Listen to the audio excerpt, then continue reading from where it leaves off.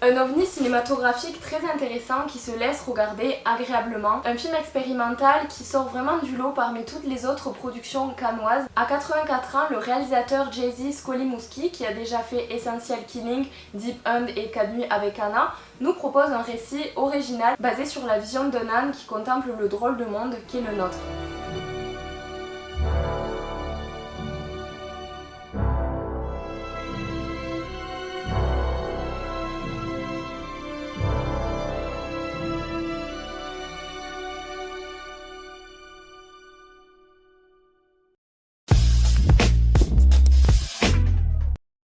Voir le monde à travers les yeux d'un âne a été troublant, non seulement pour la prise de parole qui n'est pas possible, mais aussi pour les injustices commises et qui nous rappellent malheureusement la cruauté de notre monde. Sur le chemin de la vie, l'âne rencontrera parfois des bonnes, parfois des mauvaises personnes, il expérimentera, il fera son chemin et ça donnera suite à parfois des événements assez dérangeants et à une grande mosaïque d'émotions parfois très intenses. Ce style de cinéma punk, radical et baroque est exactement ce qu'il nous fallait entre les filtres kaléidoscopes, les ambiances de néon rouge, les moments et les scènes totalement oppressantes. Ça donne vraiment une œuvre visuelle splendide qui fait partie des meilleurs films que j'ai pu voir à Cannes, comme Leia's Brothers, comme Triangle of Sadness, et c'est pour ça que je voulais vous faire des critiques complètes à part de tous les vlogs que j'ai pu vous proposer, parce qu'il faut absolument que vous alliez voir cette œuvre au cinéma. C'est clairement une expérience, ça va plaire aux personnes qui sont militantes par rapport à la défense animale, ça va plaire aux gens qui aiment beaucoup le cinéma expérimental, ça va plaire aux personnes qui ne veulent pas voir un film de 2 heures parce que le film est assez court, donc je pense que ce film peut convenir à plusieurs types de spectateurs et c'est pour ça que je fais ma petite propagande aujourd'hui. Et même si radical, on est totalement plongé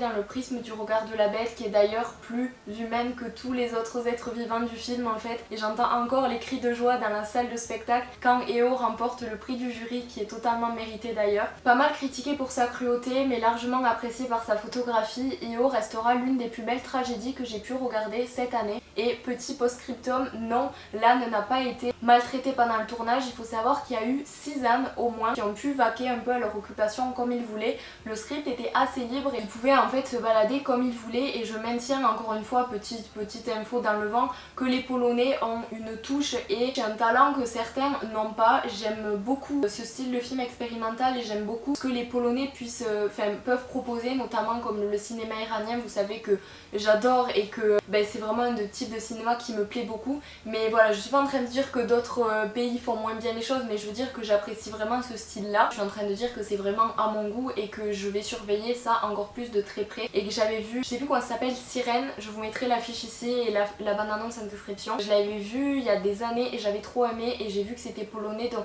en fait souvent les trucs un peu bizarres avant-gardistes polonais j'adore, donc voilà. Donc encore une très très belle découverte pour Io.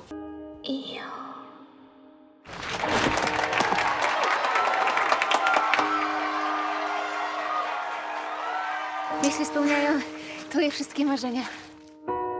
Et seul point négatif avant de partir, d'un point de vue général, par rapport aux interviews, par rapport à ce que j'ai pu voir moi à Cannes, ce qui a dérangé c'est le manque de dialogue. Moi ça m'a pas pour autant dérangé. Ce qui m'a un peu tourmentée, c'est le fait de faire venir une actrice connue, donc Isabelle Huppert, qui intervient seulement à la fin du récit. Elle vient et elle sert pas trop à grand chose, elle intervient sans pour autant de but précis. Elle va seulement incarner une maman en colère et va dégager que seulement 2-3 phrases. Donc je n'ai pas compris l'intervention de cette personne là qui dénature pas du tout le récit mais qui n'apporte rien de plus en fait. Donc j'ai pas trop compris ce choix artistique là, mais bon, ça fait pas trop de mal et comme je l'ai dit, le film n'est pas très long donc ça rajoute pas non plus une longueur immense.